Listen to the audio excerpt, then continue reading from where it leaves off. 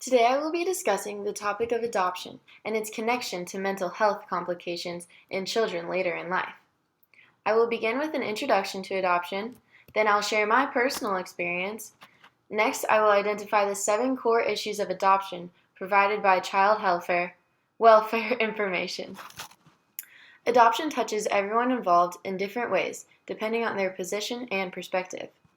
In some cases, adoption is smooth sailing, and the legal parents are given a chance to help the child live a safer and healthier life.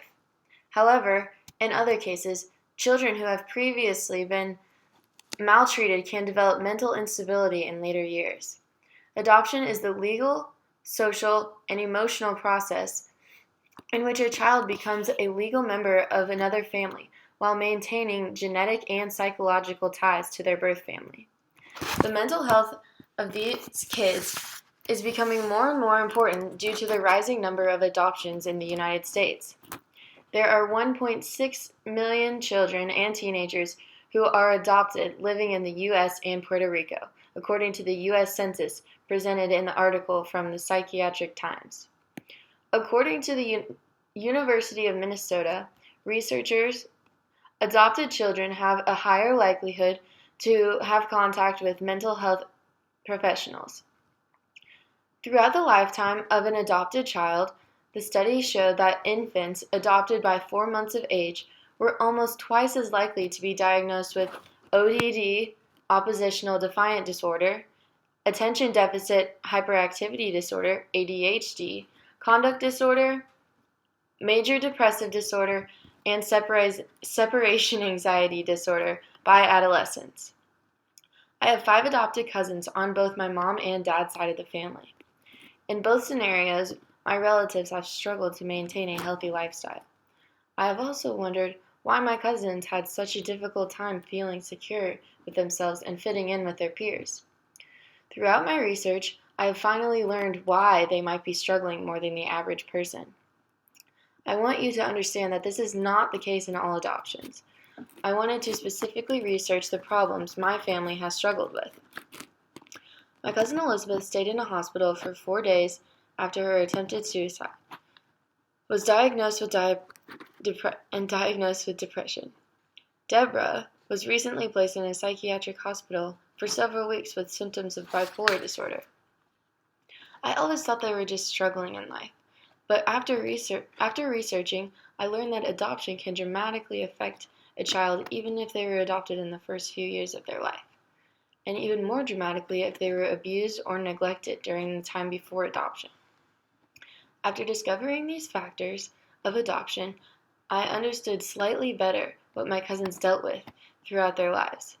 My cousin Deborah was abused as an infant, and her mom consumed alcohol and used drugs during her pregnancy. She was placed in foster care for the first 2 years of her life before my aunt and uncle adopted her. These are the 7 core issues with adoption. Loss is the first core issue, stemmed by the fear of abandonment and original loss of cultural, biological, and genetic history, which may result in problems with holding on and letting go. Next, the feeling of personal rejection can cause low self-esteem and anticipation of rejection in daily activities and relationships. Third, guilt and shame are caused by the notion that the child is deserving of misfortune and ashamed of being different. Grief is the next issue of adoption, and it is stimulated by grief overlooked in childhood that can lead to depression and acting out. Identity is the 5th core issue in adoption. In this case, adoptees may seek identity in early pregnancy or extreme behaviors in order to create a sense of belonging. It was interesting to read about this because my cousin Elizabeth had 2 teen pregnancies. This may explain her need to identify with a family of her own biology. Next, intimacy and relationships are affected by the idea that getting attached or too close to family and friends may result in similar or earlier losses. And the last issue is control. Adoption completely changes a person's life. This is especially apparent in children not involved in the original adoption decisions, in which adults made the life-changing decision for them. My next topic is how neglect and verbal abuse it damages the brain not only emotionally but actually reduces certain portions needed for healthy living.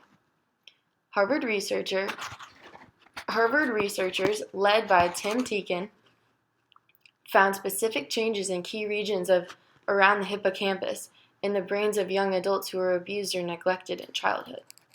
High levels of stress hormones are released due to maltreatment. These hormones can cause damage in the hippocampus. Scans showed an average reduced volume of 6% in the hippocampus.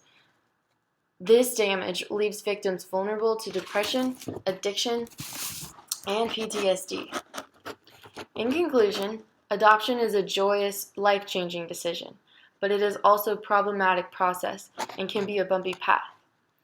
Even though my cousins and others have struggled due to the fact that they were adopted, I still believe that they had a healthier and safer life than they had if they hadn't been adopted. My family cares for them as their own and helps them to get the attention they need when they go through hard times. Overall, as we discussed, the adoption is not the only factor that goes into the mental instability of a child, but that there is usually some sort of outside source, such as neglect or abuse, from birth parents that create psychological problems as the child grows up. Adoption is a great way to provide a family with a child or a child with a family, but there is much more involved in adoption than most people see from the outside. Thank you.